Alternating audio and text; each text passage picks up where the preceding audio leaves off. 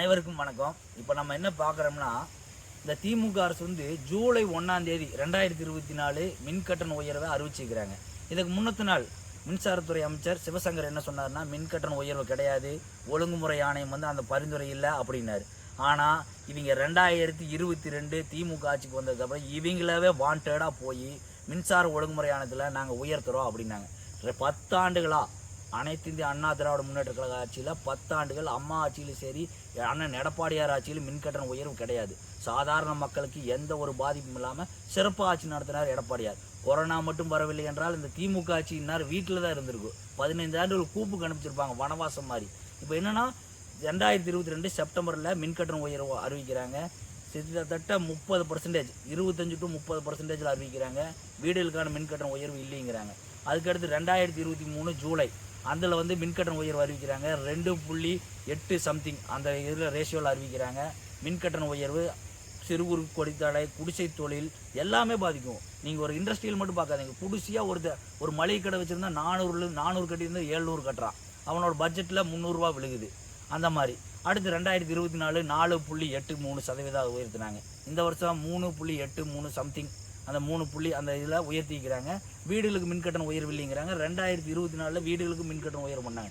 வீடுகளுக்கு மின்கட்டண உயர்வு இல்லை, இதனால் 1 லட்சம் மக்கள் பாதிப்படை, 1 கோடி மக்கள் பாதிப்பு இல்லை அப்படிங்கிறாங்க. அதை கணக்கு பண்ணாதீங்க. ஒரு 100 யூனிட் 100 ஹெச்பி ஒரு மில்லுக்கு வச்சுக்கிறான்னா 1 மணி நேரம் ஓடிச்சுன்னா 75 யூனிட் 40 பைசா உயர்த்திக்கிறாங்க. கிட்டத்தட்ட 30 ரூபா அந்த சம்திங் வந்துடும். 24 மணி நேரம் ஓட்டுறான். அப்போ கணக்கு போட்டுங்க, 600 700 அந்த ரேஞ்சில் வந்து அவனுக்கு கரண்ட் எவ்வளோ நம்ம லோடு கொடுக்குறோமோ உயரும். அந்த 100 யூனிட் வச்சு 100 ஹெச்பி வச்சுக்கிறவன் 2 லேபர் வச்சுருப்பான். 2 லேபர் அவன் வேலைக்கு வச்சுருப்பான். அவனுக்கு வந்து ஒரு நாளைக்கு வந்து 100 ரூபா கூலி உயர்வு வைக்கலாம்னு நினச்சிருப்பான். ஆனால் அந்த கூலி உயர்வை அவங்க உயர்த்த முடியாது, ஏன்னா மின்கட்டண உயர்வாயிருக்கு.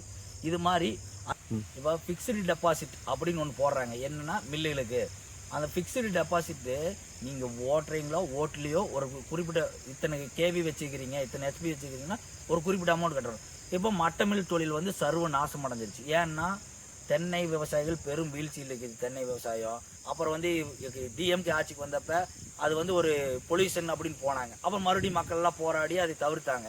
இப்போ இதே மட்டமில்ல ஓட்டல அப்படின்னா கூட மாதம் 20,000 30,000 டெபாசிட் கட்ட வேண்டிய நிலைமையில் இருக்குது. இப்போ அவங்க எப்படி உங்களுக்கு கூலி உயர்வு கொடுப்பாங்க?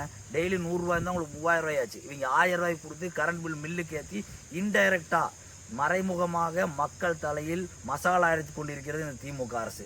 நீங்கள் நினச்சிக்கங்க, ஒரு கடைக்கு மளிகை கடைக்கு போகிறான், அவன் 700 ரூபா கரண்ட் பில் கட்டிட்டு இருந்தால் 2000 ரூபா கட்டுறான். அப்போ வெங்காயத்துக்கு அவன் 10 ரூபா சேர்ந்து விற்பான். அப்போ யார் தலையில் வைக்குது? எல்லாமே இந்த 1000 ரூபாயில் வாங்கி மக்களை ஏமாற்றும் வேலையை தான் செஞ்சுட்டு இருக்கிறாங்க. மின்கட்டண உயர்வு என்பது தவிர்க்கப்பட வேண்டியது. அனைத்து இந்திய அண்ணா திராவிட முன்னேற்ற கழக ஆட்சியில் மின்கட்டண உயர்வு 10 வருஷமாக எடப்பாடியார் உயர்த்தில், புரட்சி தலைவர் அம்மாவும் உயர்த்தில். நீங்கள் நினச்சி பாருங்கள், மீண்டும் அண்ணன் எடப்பாடியார் ஆட்சி வரணும். 100 யூனிட் ஒரு குடும்பத்துக்கு 100 யூனிட் இலவசமாக அம்மா மின்சாரம் கொடுத்தாங்க 2011. அந்த 100 யூனிட் தான் திமுக அரசு எடுக்க முடியாமல் கொடுத்துட்டு இருக்கு. இப்போ நெசவாளர்களுக்கு 200 யூனிட் கொடுத்தாங்க அம்மா மின்சாரம். நீங்கள் நினச்சி பாருங்கள், மீண்டும் அண்ணன் எடப்பாடியார் அமைய வேண்டும். அண்ணன் எடப்பாடியார் அவர்கள் வரும் 7/7/2025 புரட்சி பயணத்தை தொடங்குள்ளார்.